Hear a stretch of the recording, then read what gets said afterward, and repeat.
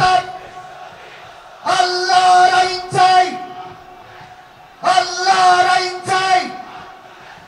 আমির হামজার আগমন যশোরবাসীর পক্ষ থেকে, খুলনাবাসীর পক্ষ থেকে। জেলখানার ভেতরে 3টা বছর আল্লামা মামুনুল হক হাফিজাহুল্লাহ, আমরা দুইজন এক জায়গায় ছিলাম। সকালে এবং দুপুরের খাবার আমরা এক জায়গায় খেতাম। মাঝে মাঝে আমারে বলতেন যে হামজা, বাইরে যদি আল্লাহ নিয়ে যায় কোনোদিন কাফেরের জানাজায় যাব না, পড়াবো না। আমারে বারবার জিজ্ঞাসা করেছি, ভাই আপনি কাফের পান কোথায়? বাংলাদেশে তো সেরকম কাফের আমরা দেখি না। উনি আয়াতটা আমাকে শুনিয়ে বলেছিলেন, কাফের তো তারা যারা আল্লাহর কোরআনে বাধা দেয়। সুতরাং এই দেশে যারা কোরআনে বাধা দেবে সে ডাইরেক্ট হোক ইনডাইরেক্ট হোক, সূরা হামিম সেজদার 26 নম্বর আয়াতের দলিল অনুযায়ী লোকটা কাফের। কাফেরের জানাজা পড়া কিন্তু হারাম। আমার মনে হয় এখন দেশের অবস্থা যা, আমরা যদি এই সিদ্ধান্তে উপনীত হতে পারি যে কাফেরের জানাজা বন্ধ হয়ে যাবে, আগামীতে কোরআনে কারীম বাধা দেওয়ার মতো সাহস অনেকেই করবে না। কোরআনে কারীমের শ্রোতা 1 নম্বরে পেলাম যারা কাফের। 15.5 বছর থেকে শুরু করে 54 বছর আমরা যা দেখলাম, অনেকেই কিন্তু ডাইরেক্ট ইনডাইরেক্ট বাধা দিয়েছেন। এখনো যদি ওইরকম মানুষ থাকেন এই দেশে, আপনি তাওবা করবেন, আপনি সংশোধিত হয়ে যাবেন।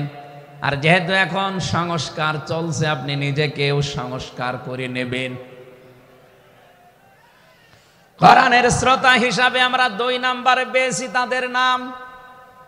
আল্লাহ রাব্বুল আলামিন বলেন, ওয়াইদা কিলা লাহুম তাআলাউ ইলা মা আনজালাল্লাহু ওয়া ইলার রাসূলি রাআইতাল মুনাফিকিনা ইয়াসুদ্দুনা আনকা সুদুদা।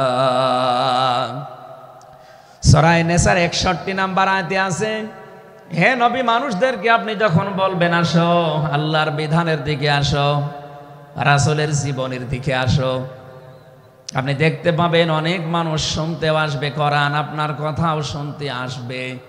কিন্তু যখন দেখবে যে এগুলো কোরআনের সাথে আমাদের জীবনের মিল নেই, রাসূলের এই আদর্শের দিকে ডাকে, এগুলোর সাথে বাস্তবতা আমাদের মেলে না, রাআইতাল মুনাফিকিনা ইয়াসুদ্দুনা আনকা সুদুদা, আপনি দেখতে পাবেন ও মানুষগুলো আস্তে করে আপনার কাছ থেকে পেছন ফিরে কেটে পড়ছে। বলেন নাউজুবিল্লাহ।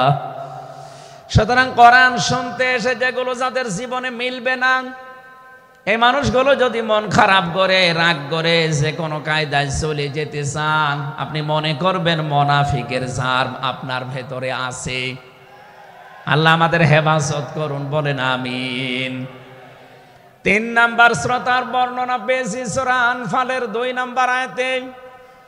আল্লাহ পাক বলেন, ইন্নামাল মুমিনুনা আল্লাযীনা ইযা যুকিরাল্লাহু ওয়াজিলাত কুলুবুহুম ওয়া ইযা তুলিয়াত আলাইহিম আয়াতুহু যাদাতুহুম ঈমানা ওয়া আলা রাব্বিহিম ইয়াতাওয়াক্কালুন।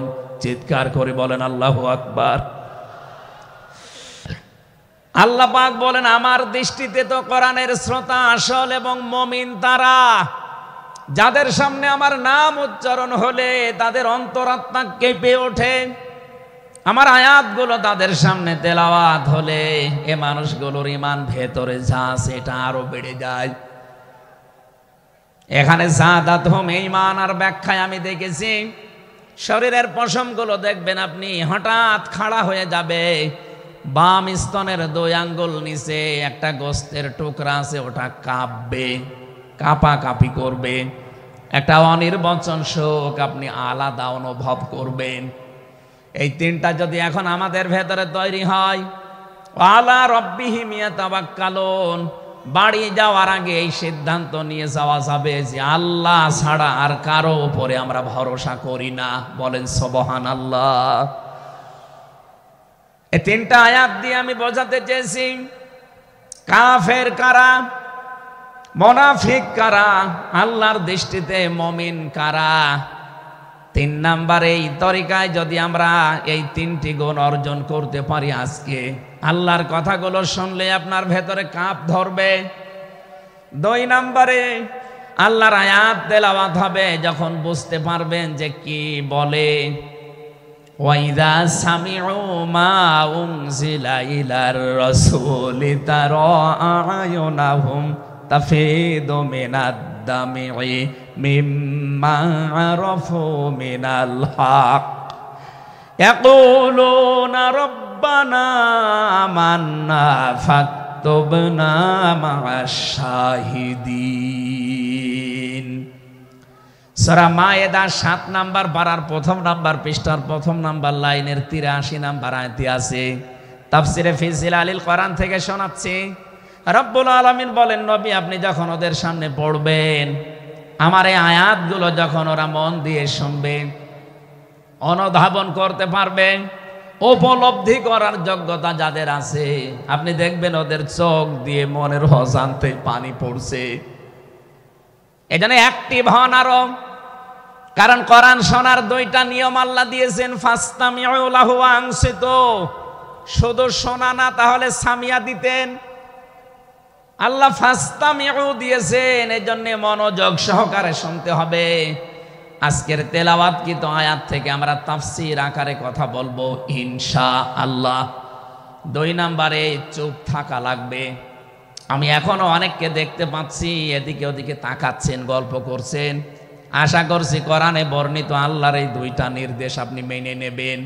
1 নাম্বারে চুপ থাকবেন, 2 নাম্বারে মনোযোগ সহকারে শুনবেন। লাআল্লাকুম তুরহামুন, আশা করা যায় আল্লাহর রহমত এখানে নাজিল হবে। আল্লাহ আমাদেরকে আয়াতটা মেনে চলার তৌফিক দেন, বলেন আমিন। এজন্য কোরআনের আলোচনা শুনলে সবার চোখে পানি আসবে না। যারা এটা উপলব্ধি করতে পারবে, অনুধাবন করতে পারবে, আপনি দেখবেন তাদের মনের অজান্তেই কখন যেন চোখ দিয়ে পানি গড়িয়ে পড়ছে, তারা নিজেরাও টের পাবে না। আল্লাহ যেন এই 3 নাম্বার এই প্রকার শ্রোতা হিসাবে আমাদের কবুল করেন, বলেন আমিন।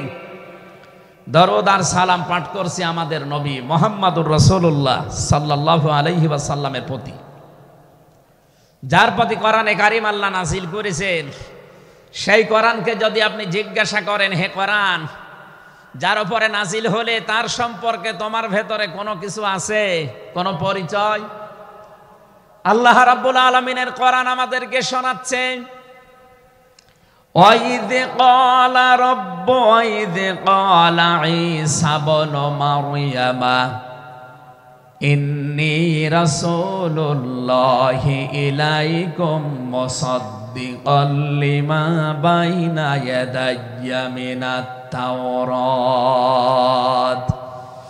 আয়াতের শেষের দিকে আল্লাহ ইসমুহু আহমাদ এই শব্দ দিয়ে জানিয়েছেন, হযরত ঈসা আলাইহিস সালাম তিনি জানিয়ে গিয়েছেন এই পৃথিবীতে আমার পরে একজন নবী আসবে যার নাম হবে আহমাদ।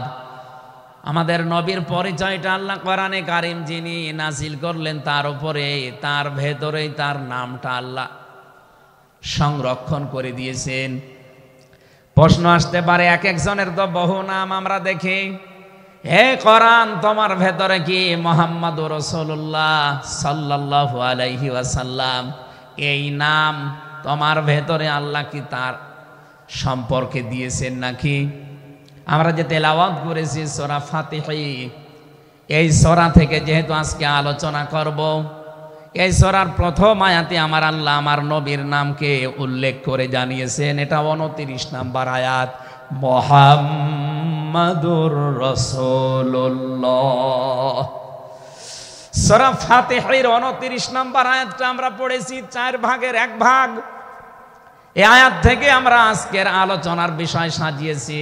আমার আজকের বিষয়বস্তু, আমরা মুহাম্মাদুর রাসূলুল্লাহর উম্মত হতে চাই।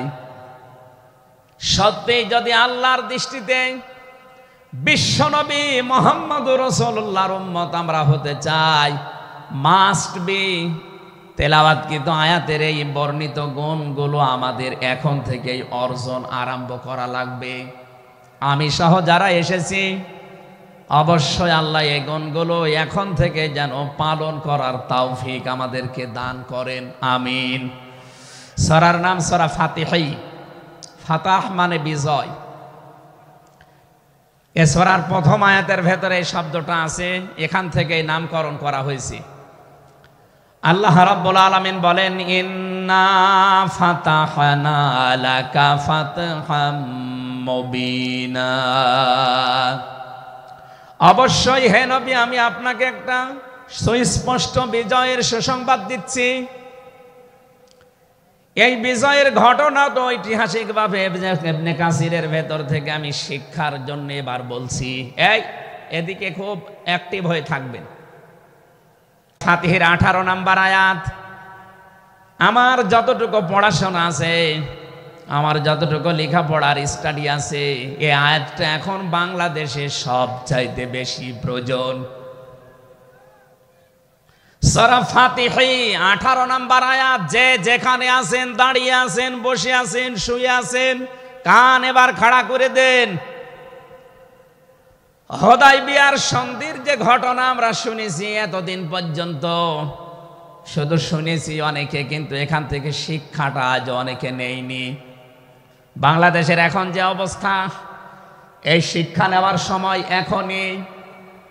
নবীজি 1400 মানুষ নিয়ে এসেছিলেন সাহাবায়ে কেরাম নিয়ে হজ করার জন্যে।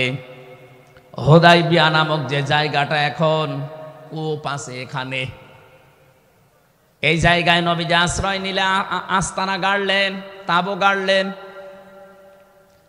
কাফেরদের পক্ষ থেকে এখানে প্রতিবন্ধকতা সৃষ্টি করা হয়েছে যে না, আপনাদেরকে আমরা আর যেতে দেব না। বিশ্বনবী তাদেরকে প্রস্তাব দিলেন যে আমরা কিচ্ছু নিয়ে আসিনি সাথে করে, শুধু হজ করেই চলে যাব। কাফেরদের পক্ষ থেকে আওয়াজ এলো না, আপনাকে আমরা যেতে দেব না, তবে আমাদের একটা প্রস্তাব আছে। আপনি যদি আগামী বছরে আসেন হজ করে যেতে পারবেন, কিন্তু এবছরে আপনাদেরকে আমরা আল্লাহর ঘর কাবায় যেতে দেব না। কি নিষ্ঠুর আচরণ তাকান।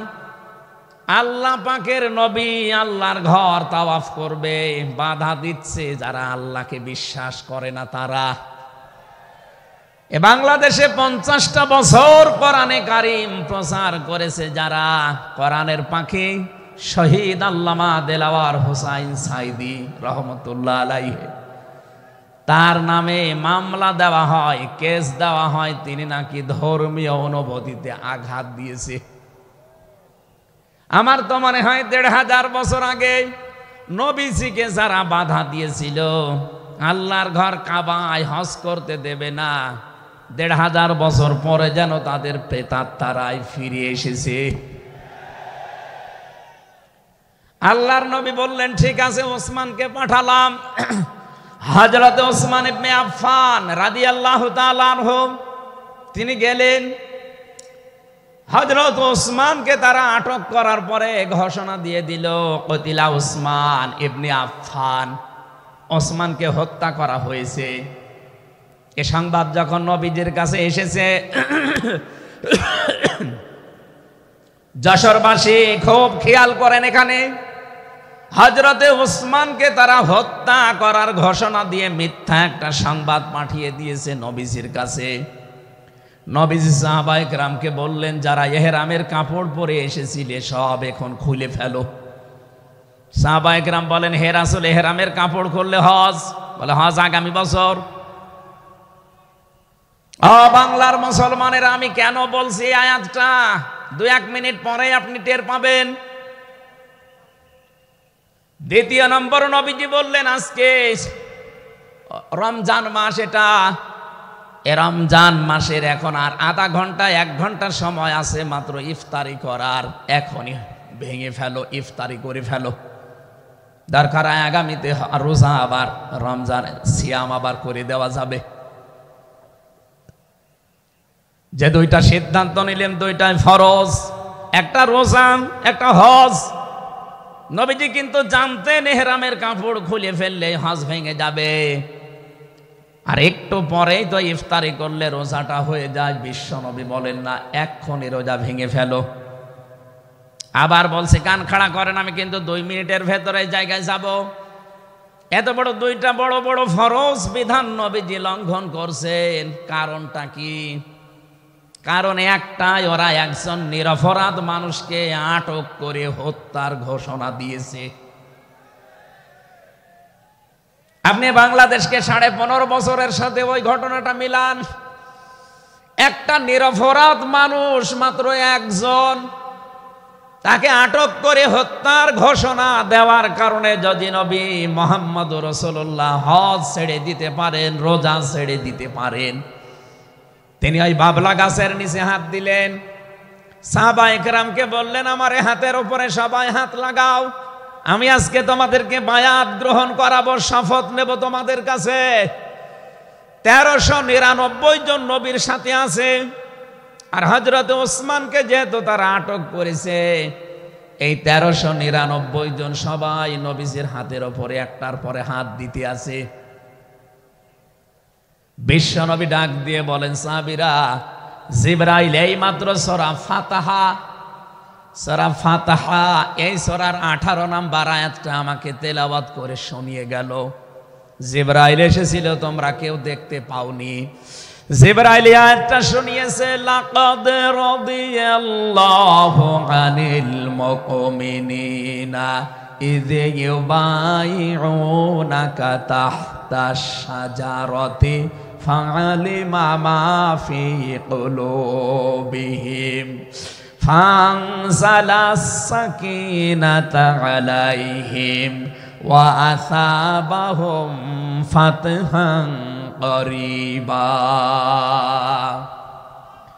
খুব খেয়াল করেন, সেই সময় পর্যন্ত আমি চলে এসেছি।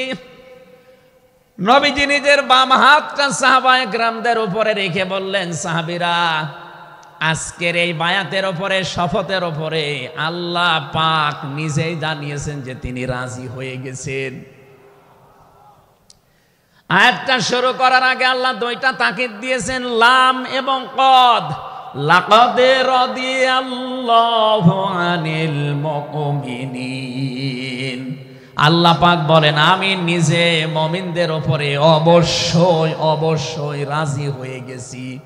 রাজি হব না, হয়ে গেছি। তাহতা শাজারাতি, এই গাছের নিচে আপনার হাতের উপরে যারা হাত দিয়ে আজকে শপথ বাক্য পাঠ করছে যে ওসমান হত্যার বদলা না নিয়ে কেউ মদিনায় ফেরত যাবে না, আমি আল্লাহ তাদের মনের খবর যেহেতু জানি, ফাআলিমা মা ফি কুলুবিহিম, তারা যে শপথ নিচ্ছে এটা কিন্তু লোক দেখানোর জন্য না, এটা মন থেকেই। ফানসালাস সাকিনাতা আলাইহিম, তাদের উপরে আমি আল্লাহর প্রশান্তি নাযিল হয়ে গেছে অলরেডি। ওয়া আসাবাহুম ফাতাহান করিবা, তাদেরকে আমি আসন্ন একটা বিজয়ের সুসংবাদ দিচ্ছি।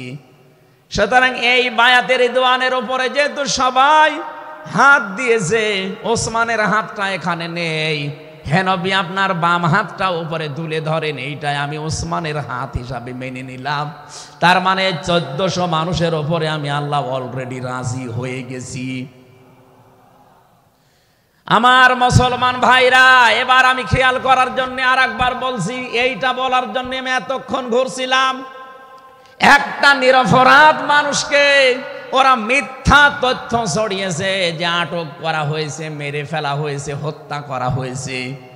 নবীজি একজন মানুষের জীবনের বদলা নেওয়ার জন্য 1400 মানুষকে তিনি বায়াত করাচ্ছেন, শপথ বাক্য পাঠ করাচ্ছেন। একটু খেয়াল করেন তো, একজন মানুষের জীবনের জন্য জীবন দিতে প্রস্তুত 1399 জন, আর নবী সহ। এমন বাক্য তিনি পাঠ করিয়েছেন, এমন শপথ নিয়েছেন যে আল্লাহ অলরেডি রাজি হয়ে আয়াত নাজিল করছেন। নবীজি বললেন ওরা ওসমানকে হত্যা করেছে, ওসমান একজন নিরপরাধ মানুষ। একটা নিরপরাধ মানুষকে বিনা কারণে আটক করে হত্যা করেছে, ওদের কোনো ক্ষমা নেই। আমরা আজকে এই 1400 মানুষ শপথ নিলাম ওদেরকে হত্যার প্রতিশোধ না নিয়ে আমরা কোনোদিন আর মক্কা মদিনায় ফেরত যাব না। আমার তো মনে হচ্ছে বাংলাদেশে এখনো বহু মানুষ বিনা কারণে যাদেরকে হত্যা করা হয়েছে, নিরপরাধ মানুষগুলোকে ফাঁসির কাস্টে ঝোলানো হয়েছে, কত মানুষকে মৃত্যুর দিকে ঠেলে দিয়েছে। এখনো জিন্দা শহীদ জনাব এটিএম আজহারুল ইসলাম এখনো জেলখানায় পচতেছে। বানানো বিচার ব্যবস্থা, বানানো বিচারপতি, নিজেদের উকিল, নিজেদের পিপি, নিজেদের সাক্ষী, নিজেদের রায় সব দিয়ে একটা মানুষকে আর 17 বছর আপনি আটক করে রেখেছেন। আমার তো মনে হয় এখন সময়ের দাবি। সূরা ফাতিহা থেকে যেহেতু তাফসীর শুনছেন, আজ এই বাংলার 18 কোটি জনগণের উপরে যদি আল্লাহ পাক খুশি হতে চান, এই নিরপরাধ মানুষগুলোকে জেলখানা থেকে মুক্ত করা লাগবে।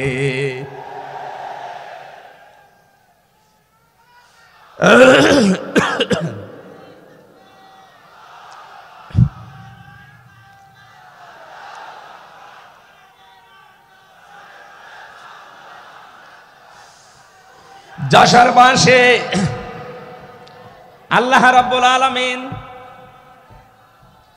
এখানে কয়েকটা বিষয় আমাদেরকে উপহার দিতে চেয়েছেন সুসংবাদের মাধ্যমে।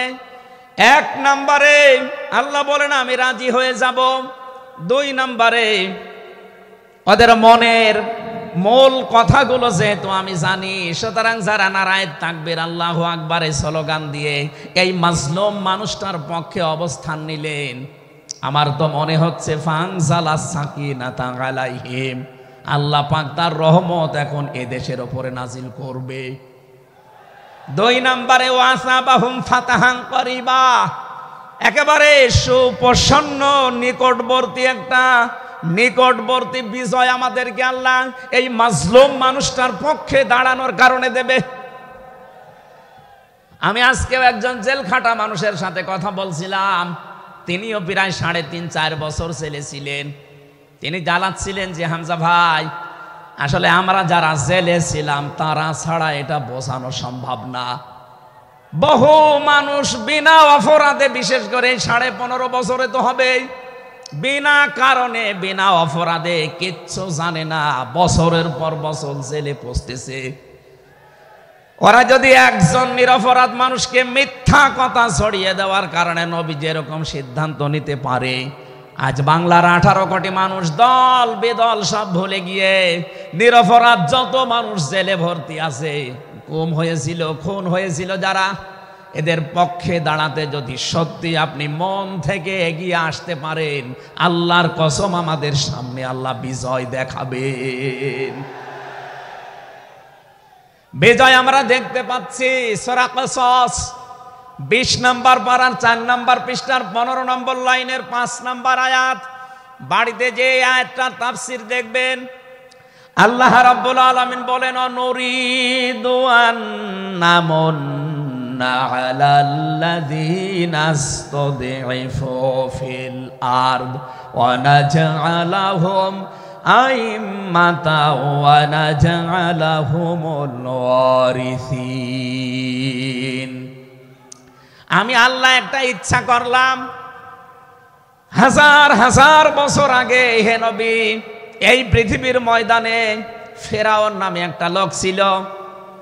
রাষ্ট্রীয় ক্ষমতায় থাকার কারণে ওই দেশে বিভিন্ন দলে বিদলে বিভক্ত করে মানুষকে রেখেছিল, আর একটা দলকে সে টার্গেট নিয়ে কোণঠাসা করে, ছোট করে, হীন করে রেখেছিল। সেই দলটা ছিল মুসা নবীর দল। আমি আল্লাহ একটা ইচ্ছা করলাম, জমিনের উপরে যাদেরকে দুর্বল করে রেখেছে ফেরাউন, এই দুর্বল দলের উপরে আমি আল্লাহ মনন করব। মনন মানে অনুগ্রহ করা, দয়া করা। আমি আল্লাহ দয়া করব তাদের উপরে, মনন করব। এই কারণ আমি তাদেরকে জমিনের শাসন ক্ষমতায় বসাতে চাই, জমিনের উত্তরাধিকারী তাদেরকে বানিয়ে দিতে চাই। অনুমাক্কিনা লাহুম ফিল আরদ, জমিনের উপরে তাদেরকে আমি ক্ষমতায় বসাবো, এটা আমি আল্লাহর ইচ্ছা। বলেন তো আল্লাহ যদি কোনো ইচ্ছা করে ওটা রদ করার কেউ আছে? আরো জোরে বলেন আছে? সুতরাং এই আয়াত দিয়ে আমি যেহেতু 100% আয়াতটা বিশ্বাস করি, হাজার হাজার বছর আগে ফেরাউনের এই জীবনের সাথে, কাহিনীর সাথে, তাফসিরের সাথে আমি বাংলাদেশি আয়াতটা মিলিয়েছি, দেখতে পেয়েছি 2024 সালের 5 আগস্টের পরে একটা দলের সাথে আয়াতটা মিলে যাচ্ছে। আপনি যাই মনে করেন এইটাই বাস্তব। এই 54 বছরে ভুয়া ধোয়া তুলে ভুয়া চেতনার নাম দিয়ে যাদেরকে কণ্ঠাসা করে রেখেছিলেন জনগণের কাছ থেকে, আল্লাহ যেন হঠাৎ করে মানুষের মনের ভেতরে তাদের প্রতি পরিবর্তন এনে দিয়েছেন। আল্লাহ পাক যেন এই মানুষগুলোকে একটা মনন করেছেন, একটা দয়া দেখিয়েছেন। অনাজালাহুম আইম্মাতান, জমিনের ইমাম তাদেরকে যেন আল্লাহ দিনের পর দিন বানিয়ে দিচ্ছে। তাদের আচার ব্যবহার, তাদের চরিত্র, তাদের ব্যবহার, তাদের মাধুর্যতা, তাদের যে ইখলাস, এগুলো দেখছে আমার আল্লাহ দিনের পরে দিন জমিনের ইমাম তাদেরকে আল্লাহ বানাচ্ছেন। অনাজালাহুমুল ওয়ারিসিন, আয়াতের শেষের কথা, আল্লাহ তাদেরকে জমিনের ওয়ারিস বানিয়ে দেবেন। যেহেতু আল্লাহর সিদ্ধান্ত রদ করা যায় না, ফাআলুল লিমা ইউরিদ, তিনি যা ইচ্ছা তাই করেন। ইন্নামা আমরুহু ইযা আরাদা শাইআন আইয়াকুলা লাহু কুন ফায়াকুন। আল্লাহ পাক বলেন, আমি যদি কোনো ইচ্ছা করি শুধু বলি কোন, সঙ্গে সঙ্গে ফায়াকুন হয়ে যায়। কোরআনের উপর আমার 100% বিশ্বাস নিয়ে কথা বলছি আমি। এই আয়াতগুলো মাস্ট বি আমার আল্লাহ বাংলাদেশে দেখাবে। বলেন আমিন, আরো জোরে বলেন আমিন। 6 নম্বর আয়াত হচ্ছে অনুমাক্কিনা লাহুম ফিল আরদ, আমি আল্লাহ তাদেরকে জমিনের চেয়ারে ক্ষমতায় বসিয়ে দেব। কেন জানো? অনুরিয়া ফিরআউনা ও হামানা ও জুনুদাহুমা মিনহুম মা কানু ইয়াহদারুন, আমি আল্লাহ দেখাতে চাই ফেরাউনকে, হামানকে আর তার সৈন্যবাহিনীকে, তারা তাদেরকে সবচাইতে বেশি ভয় করত জমিনে যাদেরকে, সেই মুসা নবীর দলকে আমি আল্লাহ জমিনের শাসন ক্ষমতায় বসিয়ে তাদেরকে দেখাবো। এই 54 বছর জালেম এবং মুনাফিকরা সবচাইতে বেশি ভয় বাংলাদেশে যাদেরকে করেছে, তাদের প্রতি মানুষের মন মানসিকতা আল্লাহ ঝুঁকিয়ে দিয়েছেন। এই জন্য কোরআনের আয়াতের উপরে বিশ্বাস করে বলছি, এই বাংলাদেশে যারা নিরপরাধ মানুষ আছে তাদেরকে যদি 5 তারিখের পরে বিভিন্ন আন্দোলনের কারণে, মানবিকতার কারণে ছেড়ে দেওয়া হয়, বিশেষ করে ম্যাডাম খালেদা জিয়াকে আপনি ছেড়ে দিয়েছেন। এরপরে আমরা দেখতে পেলাম আব্দুল সালাম পিন্টু ভাইকে ছেড়ে দিয়েছেন। এরপরে গিয়াসউদ্দিন মামুন ভাইকে ছেড়ে দিয়েছেন। মিয়ানুরউদ্দিন অপু ভাইকে ছেড়ে দিয়েছেন। আমরা চাই জনাব এটিএম আজহারুল ইসলামকেও মুক্তি দেওয়া হোক। এ দাবির পক্ষে আছেন কারা দেখি? লিল্লাহি তাকবীর।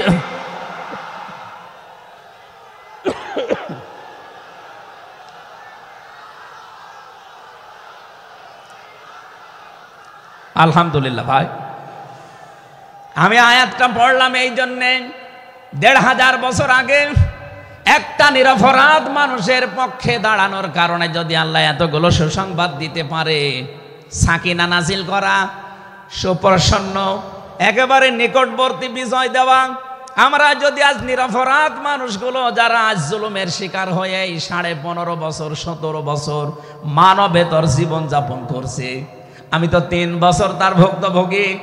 3টা বছর আমাদেরকে ফাঁসির কন্ডেম সেলের ভেতরে 24 ঘন্টা লকআপ দিয়ে রাখতেন। কি করেছিলাম আমরা? আজকে এই যে মাহফিলের 6 জন আলেমের ভেতরে আমরা 3 জনই এক জায়গায় ছিলাম জেলখানায়, আর বাকি 3 জনের ভেতরে একজন তো বাইরের দেশে, আর 2 জন আব্দুল হাই সাইফুল্লাহ, শাইখ আহমদুল্লাহ, 2 জন মজলুম। তাদেরকেও কোরআনের কথায় দেশে 15.5 বছর আপনারা বলতে দেননি। এজন্য আমি আয়াত থেকে যেটা শিক্ষা দিতে চাই, কাটছাট কথা বলছি। বাংলাদেশে যদি আল্লাহর সাকিনা, প্রশান্তি মনে এবং বাইরে আপনি দেখতে চান, সুপ্রসন্ন বিজয় যদি দেখতে চান, অবশ্যই আপনাকে নিরপরাধ যারা এখনো পর্যন্ত বিভিন্ন জায়গায় মাজলুম হয়ে আছে তাদের পক্ষ নেওয়া লাগবে। এক কথা বলেন। আল্লাহ আজকে আমাদের জীবনে 100% মেনে চলার তৌফিক দেন, বলেন আমিন। এই সূরা ফাতিহা থেকে আমরা পড়েছি 29 নম্বর আয়াত। আমাদের আলোচনার বিষয় মুহাম্মদুর রাসূলুল্লাহর উম্মত কারা। রব্বুল আলামিন বলেন মুহাম্মাদুর রাসূলুল্লাহ, মুহাম্মদ সাল্লাল্লাহু আলাইহি সাল্লাম আল্লাহর রাসূল। হে নবী, দুনিয়ার কেউ যদি আপনার রিসালাত স্বীকার না করে, কেউ যদি সাক্ষী না দেয়, আমি আল্লাহ নিজে সাক্ষী দিয়ে দিলাম আপনি আমার রাসূল। সুতরাং এই বাংলার জমিনে কেউ যদি নবীর আদর্শ না মানে, বিশ্ব নবীর কোনো ক্ষতি হবে না, আল্লাহরও কোনো লস নেই, যত ক্ষতি আমাদের। কথা বলে না কেন? কোরআনের চোখ লাগিয়ে দেখতে পাচ্ছি এদেশে হাজারো মানুষ জাহান্নামে দৌড়াচ্ছে। কারণ নবী মুহাম্মদুর রাসূলুল্লাহ বাদ দিয়ে পৃথিবীতে যদি অন্য কাউকে কিয়ামত পর্যন্ত কেউ আদর্শ মেনে চলে, কোরআনের কসম দিয়ে বলছি মাস্ট বি লোকটা জাহান্নামী। এজন্য এরকম আচরণে যারা আছেন, বুঝে হোক না বুঝে হোক, আল্লাহ রাব্বুল আলামিনের পরিচয় দেওয়ার আগে আমার আল্লাহ রাসূলের পরিচয় আমাদের কাছে দিয়েছেন। রাব্বুল আলামিন বলেন কুল হুয়াল্লাহু আহাদ আল্লাহুস সামাদ লাম ইয়ালিদ ওয়া লাম ইউলাদ ওয়া লাম ইয়াকুল লাহু কুফুয়ান আহাদ। এখানে আল্লাহর একাত্মবাদের শিক্ষা দেওয়া হচ্ছে। আল্লাহ পাক বলেন হে নবী আপনি বলুন, অথচ শোনানো হচ্ছে যার কথা, তার কথা তো আগে বলার দরকার ছিল। এখানে আগে রিসালাতের ঘোষণাটা দেওয়া হয়েছে, কুল হে নবী আপনি বলুন। ও বাংলার মুসলমানেরা, ফেরাউনের জীবনী পড়ে আমি দেখেছি সে কিন্তু আল্লাহর একাত্মবাদের ঘোষণা দিয়েছিল, কিন্তু রিসালাতের ঘোষণা দেয়নি, এজন্য লোকটা ঈমান পায়নি। বাংলাদেশে বহু মানুষকে আমরা দেখতে পাচ্ছি আল্লাহর কথা বললেও বলেন আমরা কি নামাজ পড়ি না, রোজা রাখি না, আমি কি হজ করি না, দান সাদকা করি না। এগুলো সব আল্লাহর বিধান। এগুলোর পাশাপাশি আল্লাহর প্রেরিত পুরুষ যিনি আমাদের এই জামানায়, আল্লাহর প্রেরিত পুরুষ যিনি কিয়ামত পর্যন্ত, তার নাম মুহাম্মাদুর রাসূলুল্লাহ। জ্ঞানী মানুষ যারা বসে আছেন এক কথায় তারা বুঝবেন আমি জানি। আজ বিশ্ব নবীর আদর্শ বাদ দিয়ে আপনি কার আদর্শ মানেন আপনার বিবেকের কাছে প্রশ্ন করেন। এটা রাজনীতি মনে করে কেউ যদি চলে যান আপনার কপালে আগুন লাগবে, আপনারও মরণ হবে ফেরাউনের মতো। ও আল্লাহকে মেনেছিল কিন্তু রিসালাত মানে নাই। এদেশে আজ অনেকেই আল্লাহর কথা বললে নামাজ পড়ে, রোজা রাখে, হজ করে আসে, দান সাদকা করে। আরে ভাই এগুলো সবই আল্লাহর বিধান। আপনি আল্লাহকে মানেন, কিন্তু তার প্রেরিত পুরুষ এই জামানায় যিনি কিয়ামত পর্যন্ত, তার নাম মুহাম্মাদুর। আবার জোরে বলেন মুহাম্মাদুর রাসূলুল্লাহ। এতক্ষণ পর্যন্ত যা বললাম আমি আশা করছি আপনি বুঝেছেন। বিশ্ব নবী বাদ দিয়ে অন্য কারো আদর্শ এ জমিনে মানা যাবে না। মানলে আপনি বুঝে মানেন, আর না বুঝে মানেন আপনি জাহান্নামী। এখন যদি মুসা আলাইহিস সালাম আসে দুনিয়ায়, যদি ঈসা নবী এখন আসে, আর আমরা কেউ যদি আল্লাহর নবী মুহাম্মদুর রাসূলুল্লাহকে বাদ দিয়ে ঈসা নবী, মুসা নবীকেও মেনে চলি, নিছক আপনি জাহান্নামী। এটা রেকর্ড হচ্ছে, সারা দুনিয়ায় যাবে। সূরা আলে ইমরানের ৮০ নম্বর আয়াত। অন্য ধর্মে যারা আছেন, ইহুদি, খ্রিস্টান, আহলে কিতাব যারা দাবি করেন, এমনকি এই মুশরিকদের ভেতরেও যারা, বৌদ্ধদের ভেতরে যারা অমুসলিম, তাদেরকে বলছি আপনারা ভুল পথে আছেন। আপনারা যাদেরকে নবী নাম বলে চলেন, যিশু বলেন, ঈসা আলাইহিস সালামকে, মুসা আলাইহিস সালামকে আপনারা যোসেফ বলে ডাকেন। আপনাদের ওই সমস্ত নবীগুলো তাওরাতে, ইনজিলে অলরেডি ঘোষণা দিয়েই গেছে যে আমাদের পরে একজন শেষ নবী আসবে, তার নাম মুহাম্মাদুর রাসূলুল্লাহ বা আহমদ।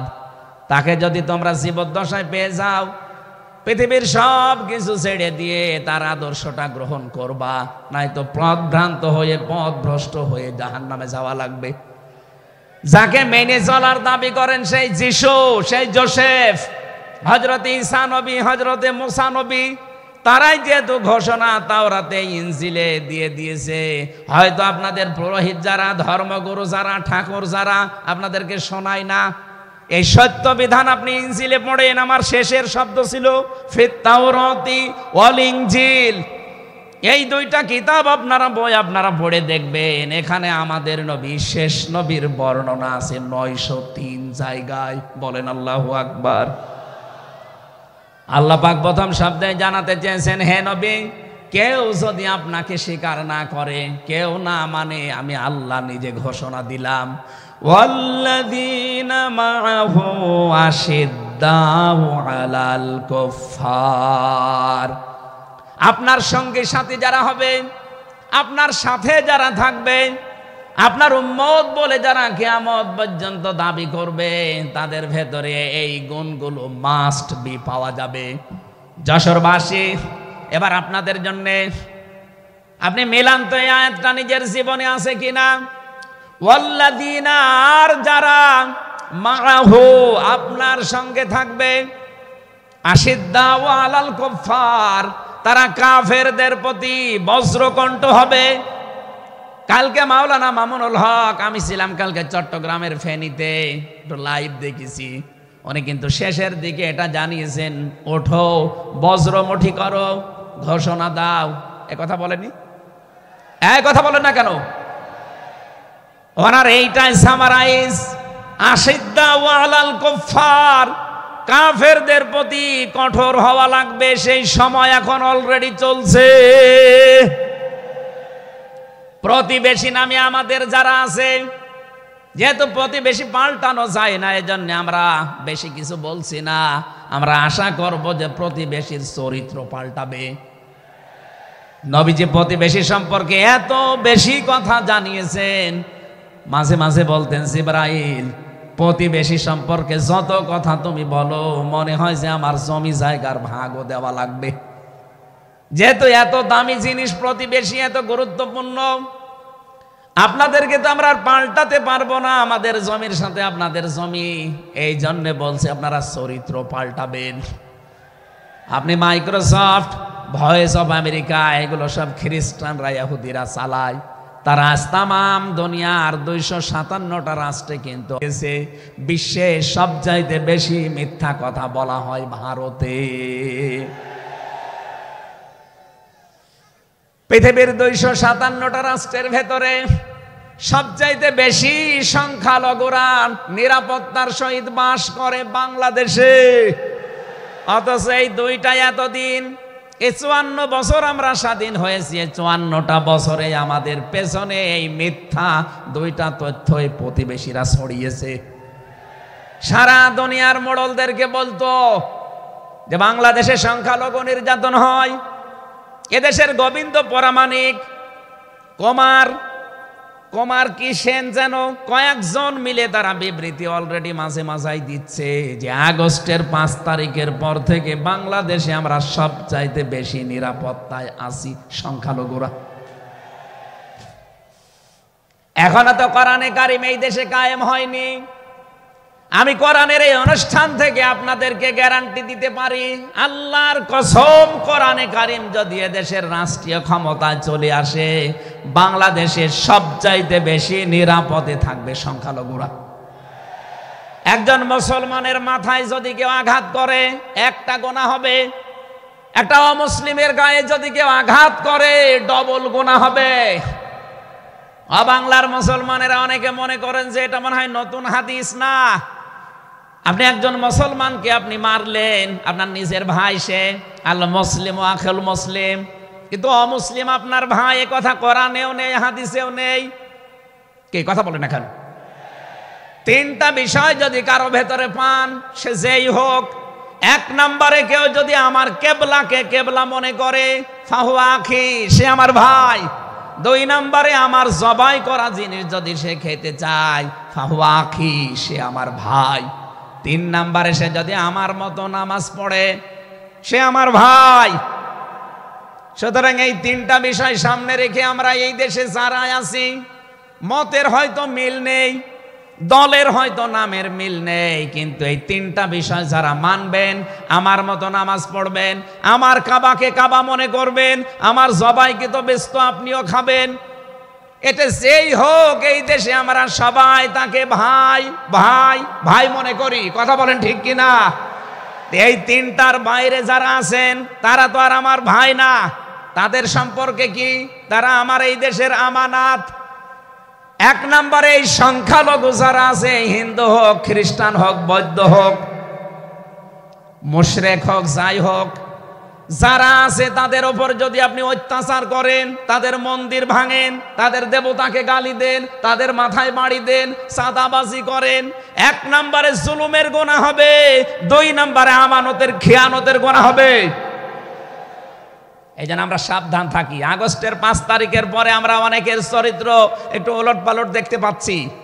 আশা করছি আপনি থামবেন, নয়তো কিন্তু বদনাম হয়ে যাচ্ছে। আপনি গোয়েন্দা বিভাগের খোঁজ রাখেন, তারা কিন্তু সব নখদর্পণে রেখেছে, কে কি করছে এটা সব তারা দেখছে। এই জন্য আমরা এমন কোনো আচরণ না করি আপনার নিজের ভুলের কারণে নিজের পায়ে আবার কোড়াল লেগে যায়।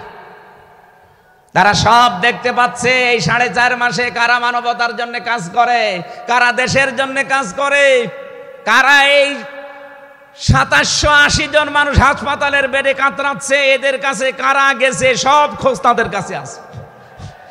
2732 জন মানুষ হত্যা হয়েছে একজনের নির্দেশে। এতগুলো শহীদ পরিবারের পাশে কারা কারা দাঁড়াচ্ছে সব তাদের কিন্তু ডকুমেন্ট আছে। এই জন্য আপনি মনে করছেন আমি ডুবে ডুবে জল খাবো, ঘোলা পানিতে মাছ শিকার করব, কেউ কিছু টের পাবে না, কখনো না। সব তাদের আয়ত্তের ভেতরে আছে। এই জন্য এমন কাজ করা দরকার আমাদের, আগামীতে যেন শুধু ওই 14 দল বাদ দিয়ে আমরা যারা মাজলুম আছি এই মানুষগুলো যেন রাষ্ট্রের দায়িত্ব পায়, আর কোরআন আর হাদিস দিয়ে বাংলাদেশের 56,000 বর্গ মাইল চলে। কারা কারা রাজি আছেন দেখে? লিল্লাহি তাকবীর।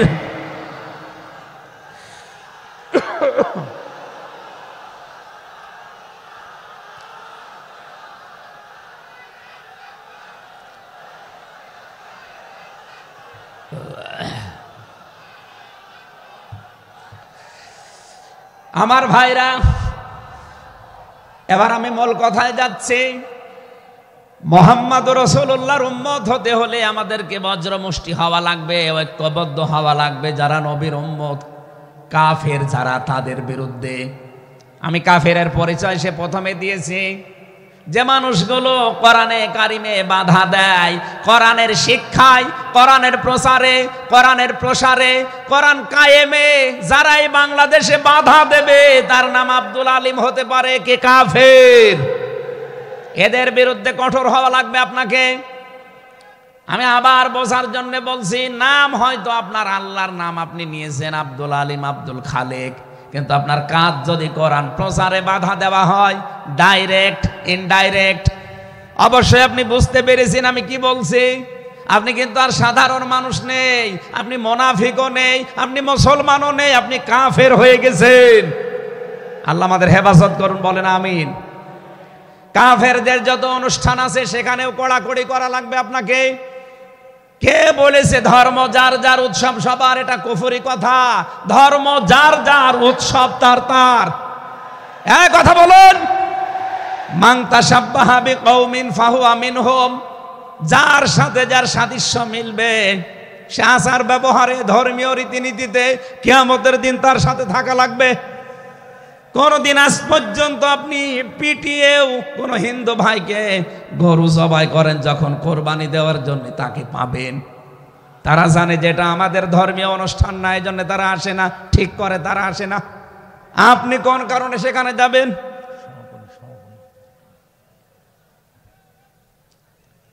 রোহামা ও বাইনাহুম।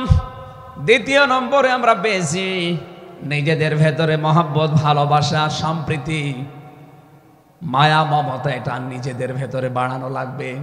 আপনি নবীর উম্মত হতে চান, অথচ এটা নিজেদের ভেতরে আরো দূরত্ব তৈরি করেন না। এটা নিজেদের ভেতরে আরো স্যাক্রিফাইস করে হোক, ডাকাডাকি করে হোক নিজেদের ভেতরে এটা তৈরি করা লাগবে আরো বেশি। তারাহুম রুক্কান সুজ্জাদা, হে নবী আপনার উম্মত যারা আপনার সাথে যারা আছে তাদেরকে দেখতে পাবেন আল্লাহর সন্তুষ্টি এবং অনুগ্রহ তালাশ করার জন্যে তারা রুকু এবং সেজদাকারী অবস্থায় তাদের দেখতে পাবেন। নবীর উম্মত যারা এসেছেন, অন্য ধর্মের লোকদেরকে বাদ দিলাম, বিশ্ব নবীর উম্মত যারা এখানে বসে আছেন, আমাদের উচিত হবে যতদিন আজরাইল না আসে ফরজ নামাজ আমরা কোনোদিন ছেড়ে দেব না। আরো জোরে বলেন, আল্লাহ যেন এটা মেনে চলার তৌফিক দেন আমাদের একেবারে জীবনের শেষ দিন পর্যন্ত। 2 নম্বরে, ফরজ নামাজের সময়টুকু যেভাবেই হোক বের করে আপনি আদায় করেন। সুন্নত নফল ওইগুলো যদি পড়তে না পারেন পরবর্তীতে পড়বেন, কিন্তু ফরজ নামাজ কেউ ছেড়ে দিয়ে সে আল্লাহর আয়ত্ত থেকে বের হয়ে যায়। বলেন নাউজুবিল্লাহ। সাহাবা একরাম আল্লাহর দরবারে যে 7টা কারণে কবুল হয়েছিলেন তার ভেতরে 1 নাম্বার কারণ ছিল এই মানুষগুলো আল্লাহর বিধান সামনে পেলে পৃথিবী ভুলে যেতেন। আব্দুল্লাহ আনসারী রাদিয়াল্লাহু তাআলা আনহুর জীবনী পড়েছি। এই লোকটা আল্লাহর বিধান সেজদাকে সামনে রাখতে গিয়ে নিজের স্ত্রীকে এক কাপড়ে গর্তের ভেতরে বসিয়ে রেখেছিল, নিজের ছেলেকে শিকল দিয়ে বেঁধে রেখেছিল, তারপরও আল্লাহর বিধান সেজদা সে ভুলে যায় নাই। আমাদের এরকম কঠিন পরিস্থিতি এখন হয়তো আসেনি, তারপরও আমরা অনেকে বিনা কারণে ফরজ নামাজ ছেড়ে দেই। আমি নামাজের কথা মুসলমানদের কাছে সচরাচর বলতে চাই না, কারণ একজন মুসলমান আর একজন কাফেরের ভেতরে পার্থক্য নামাজ। নামাজ যদি কেউ না পড়ে সে মুসলমান থাকে কি করে? সুতরাং আজান হওয়ার পরে মুসলমান যাবে মসজিদে নামাজ আদায় করতে, মানুষ টের পাবে যে লোকটা মুসলমান। রিজালুল্লাহ তুলহিহিম তিজারাতু ওয়ালা বাইউন আন যিকিরিল্লাহ ইলা আখিরি আয়া। মুসলমান ব্যবসায়ী যারা তাদের পরিচয় আল্লাহ দিয়েছেন। আল্লাহ রাব্বুল আলামিন বলেন, এই পৃথিবীর ময়দানে যারা মুসলমান ব্যবসায়ী আজান হওয়ার সঙ্গে সঙ্গে ব্যবসা প্রতিষ্ঠান বন্ধ করে দিয়ে তারা সেজদায় দৌড়াবে। ইয়াবতাগুনা ফাদলাম মিনাল্লাহি ওয়া রিদওয়ানা। এখানে আল্লাহ 2টা শব্দ ব্যবহার করেছেন। আল্লাহর ফজল যদি কেউ চায় তাহলে অবশ্যই তাকে মসজিদে যাওয়া লাগবে। আল্লাহুম্মা ইন্নী আসআলুকা মিন ফাদলিকা, ফজলের জন্য জমিনে আল্লাহ পাঠিয়েছেন আমাদেরকে, আর রহমতের জন্য তার ঘর মসজিদে পাঠিয়েছেন।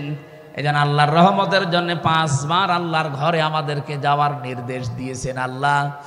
আর যদি ফজল অনুগ্রহ পেতে চাই রিজিক, এগুলোর জন্য জমিন, এই জমিন আল্লাহ আমাদেরকে হালাল রুজি উপার্জন করার যে ব্যবস্থা, এরকম ময়দান যেন তৈরি করে দেন। বলেন আমিন। সীমাহুম ফি ফুজুহিহিম মিন আসারিস সুজুদ। আল্লাহ বলেন এদের এই চিহ্নগুলো, সেজদার চিহ্নগুলো এদের চেহারার বিভিন্ন জায়গায় ফুটে উঠবে। কিয়ামতের ময়দানে এই চিহ্ন দেখে দেখে নবী সুপারিশ করে করে জান্নাতে নিয়ে যাবে। হয় কপালে, নাই নাকে, নাই হাতে, যে সমস্ত জায়গায় সেজদা দেওয়ার জন্য আপনি জমিনে লাগিয়েছিলেন এই জায়গাগুলো কিয়ামতে চমক দিতে থাকবে। আল্লাহ আমাদের প্রত্যেককেই এই 5টি গুণ অর্জন করার মাধ্যমে বিশ্ব নবীর খাঁটি উম্মত হওয়ার তৌফিক দিন। আমিন, আল্লাহুম্মা আমিন।